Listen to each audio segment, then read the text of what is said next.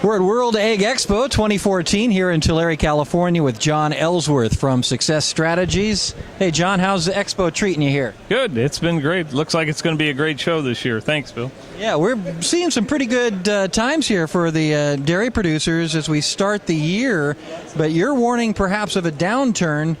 Any idea when? If I knew that, we'd be doing this interview in Hawaii, probably, Bill. But no, I don't know when, but I think we're at a real optimistic time right now. The big question, I think, in everybody's mind is how long can we expect that to last? How long can these prices stay up? And there's so many factors. Feed, even with high milk prices, the margins can still be a little thin if feed's high. And here in California, of course, with the rain or lack of rain until just recently, there's a lot of concern about, what's going to happen in terms of crops. Is hay going to be $350 a ton instead of dropping to $200 a ton or something like that? So, yeah, a lot of question marks, and the real question is, should we be thinking about hedging opportunities for the second half of this year? I think the best time to be hedging is always when things are really good. It's just like if I'm selling a house, I want to sell it when the times are good, when they're the best, the market's the strongest. And I think that that's very fitting, appropriate to me, that you would take a time that when everybody's saying, why do I need to hedge anything? Well, you're not hedging for today when you're getting $21 for milk or $20. You're hedging for that time out in the future when you're literally maybe not even able to break even.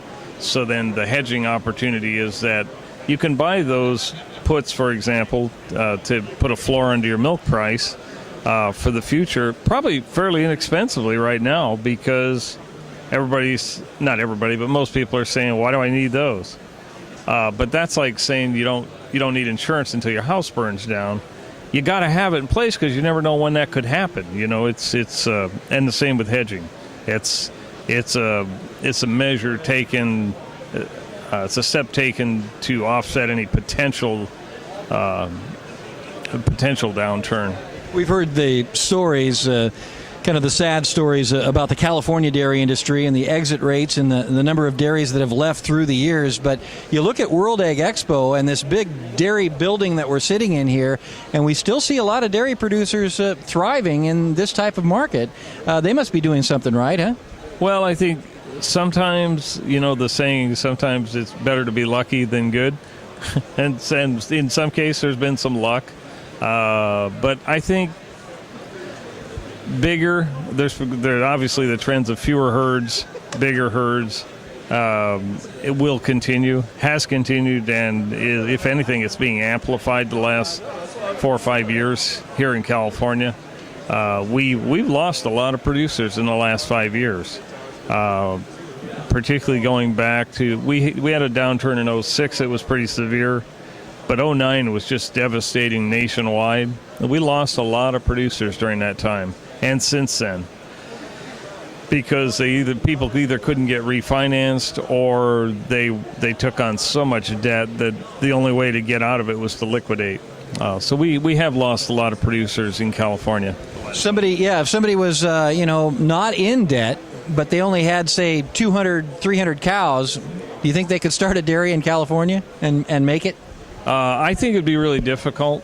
I would say about the only way they could do it is have no debt. And I don't know anybody that has absolutely no debt.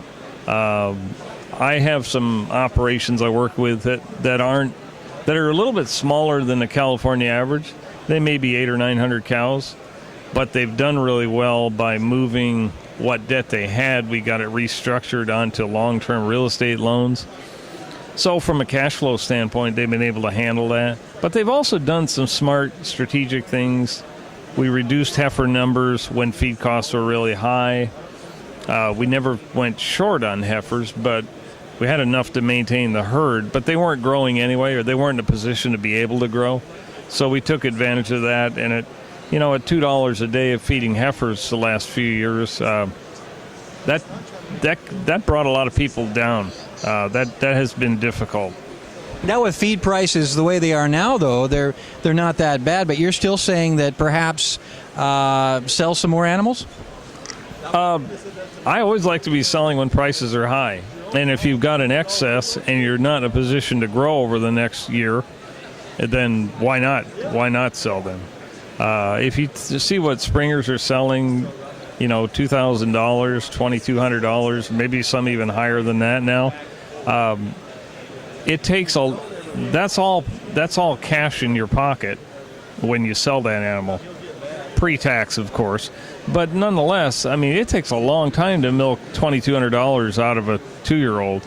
It takes 4 or 5 lactations to have that much net of feed costs on a marginal from a marginal standpoint. So I think if you can reduce debt right now, get prepared for the next downturn, as long as you're not short of animals and you're able to sell as much milk as you can right now when prices are high, I think that's the way to go.